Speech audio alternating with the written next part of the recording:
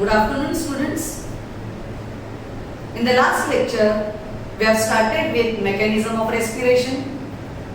In mechanism of respiration, actually a biological process makes the exchange of the gases from the atmosphere, from the surrounding into the respiratory organs. So here, this mechanism of respiration is going to be a complex process. And this complex process here is divided into 4 phases, out of which the very first phase of mechanism of respiration is breathing. We have already discussed it. The second phase is external respiration.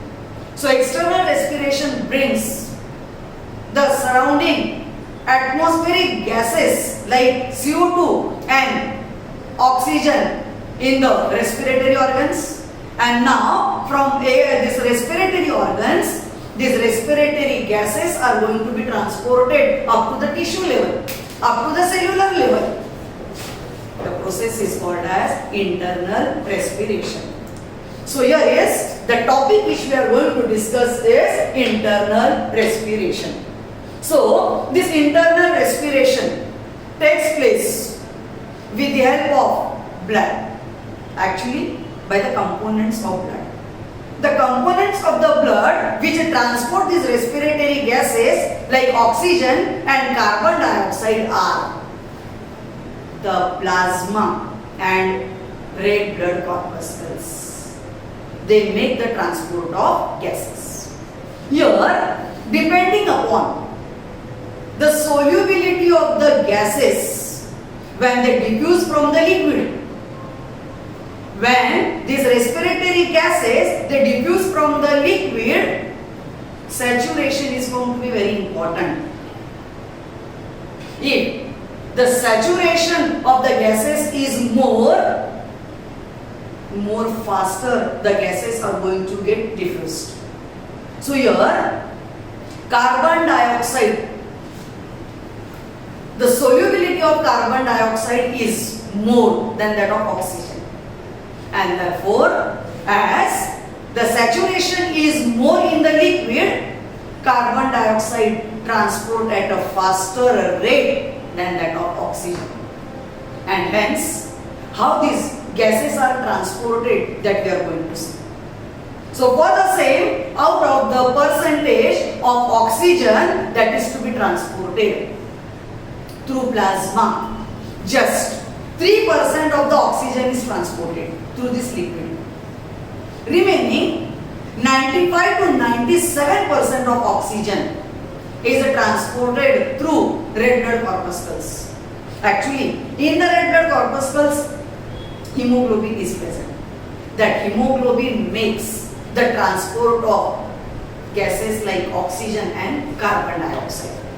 So here, the transport of oxygen happens in the form of oxyhemoglobin because hemoglobin acts as a respiratory carrier. Those are the respiratory gases which are carried with the help of this hemoglobin. And here, now the hemoglobin as iron containing compound as Fe, it consists of 4 ferrous ions. And therefore, to these ferrous ions, the oxygen molecule gets bound. And here, hemoglobin plus oxygen forms oxyhemoglobin. And in this oxyhemoglobin form, this oxygen is transported up to the tissue level. But here, when oxyhemoglobin transports, it depends upon its solubility and that of the partial pressure of oxygen. So here the transport actually happens as 100% transport is there, near about 95 to 97% of the oxygen is transported when the partial pressure of oxygen in the alveoli is 100 mmHg, and therefore the saturation of oxygen is more. Are you getting? Are you getting what I am explaining here? So here, saturation of percent of oxyhemoglobin to that of partial pressure of oxygen is very important. So now, as 95 to 97% of the oxygen is transported because it is diffused, and in that soluble state, in the diffused state, now the partial pressure of oxygen is how much in the alveoli? It is 100 mmHg. Whereas when the partial pressure decreases, there is a drop of saturation of oxyhemoglobin. At the pressure as at 30 mmHg, only 50% saturation of oxyhemoglobin is maintained. It is because here when the transport happens to take place, it depends upon the relationship of saturation of oxyhemoglobin to that of partial pressure of oxygen. This is nothing but it is called as oxygen dissociation curve. What is it called as? It is called as oxygen dissociation curve. This oxygen hemoglobin dissociation curve is a sigmoid curve which is shown by Bohr, and hence it is called as a Bohr effect.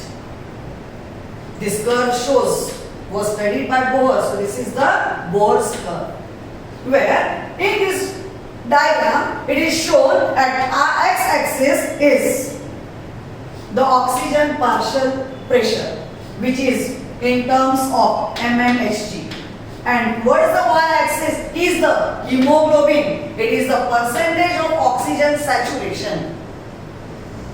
So this scale shows you as the partial pressure of oxygen is maximum, so saturation of hemoglobin, oxyhemoglobin is also more.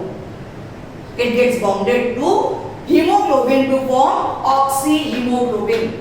In the form of oxyhemoglobin, it travels up to the tissue level. But in the tissue, the dissociation should happen. When dissociation takes place, here both of them as hemoglobin and oxygen will get separated. Oxygen will get diffused in the body fluid, in the tissue fluid, and will be transported. Are you getting? So here, this curve depends upon the oxygen hemoglobin dissociation curve is a sigmoid curve which shifts towards the right due to increase in hydrogen ion concentration. Why it is shifting towards the right? It is shifting towards the right because the concentration of hydrogen ions is increasing. As hydrogen ions goes on increasing, what will be the pH? Whether it will increase or decrease? There will be decrease in pH. Means it might be 6, it might be 5, 6.5 and so on. This pH is acidic pH. So it decreases. When the pH decreases, the temperature increases. With this 2,3-phosphoglycerate, as we studied, 2,3-phosphoglyceric acid, we studied in 11th standard. Where we studied it? We studied it in glycolysis. What is glycolysis? It is the part of aerobic as well as anaerobic respiration which happens in the absence of free molecular oxygen. So here, as the partial pressure of oxygen is decreasing, when partial pressure will decrease, what will happen? Carbon dioxide partial pressure will be increased. So due to that, what is happening? Hydrogen ion concentration goes on increasing. So this anaerobic process makes the formation of 2,3-phosphoglycerate. This 2,3-phosphoglycerate lowers the affinity of hemoglobin for oxygen. Are you getting? Okay. So this is studied as Bohr effect. Now once again, what is Bohr effect? It is the shift of oxyhemoglobin dissociation curve. It is the shift of oxyhemoglobin dissociation curve due to change in the partial pressure of carbon dioxide in the blood. So this makes the transport of respiratory gases like oxygen and carbon dioxide, but this was given by Bohr, so it is called as Bohr effect. Next to Bohr effect is the Haldane effect. Okay, now we are going to discuss what is Haldane effect. What Haldane says. See here, oxyhemoglobin, he says it functions as an acid. It functions as an acid, therefore it decreases the pH of blood. When the pH of blood decreases due to, why decreases? Due to increase in the hydrogen ions. When hydrogen ions are increasing, these hydrogen ions, they combine with, this is HCO3 minus, what is this? This is bicarbonate. So both of them together are going to form CO2 and H2O. As it is going to form carbonic acid. This carbonic acid will dissociate. This dissociation of this carbonic acid into carbon dioxide and water takes place. Here in the alveoli, where the partial pressure of oxygen is more, means the partial pressure of carbon dioxide is less. What will be in the tissue? Let me know.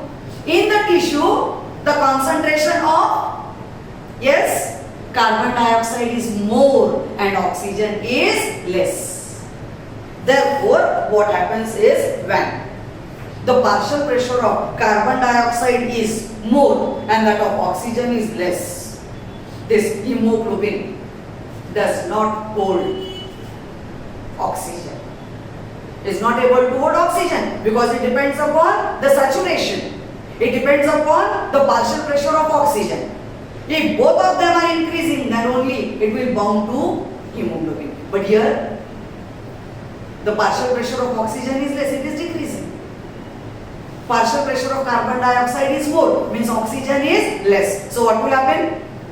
Here, hemoglobin cannot bound oxygen.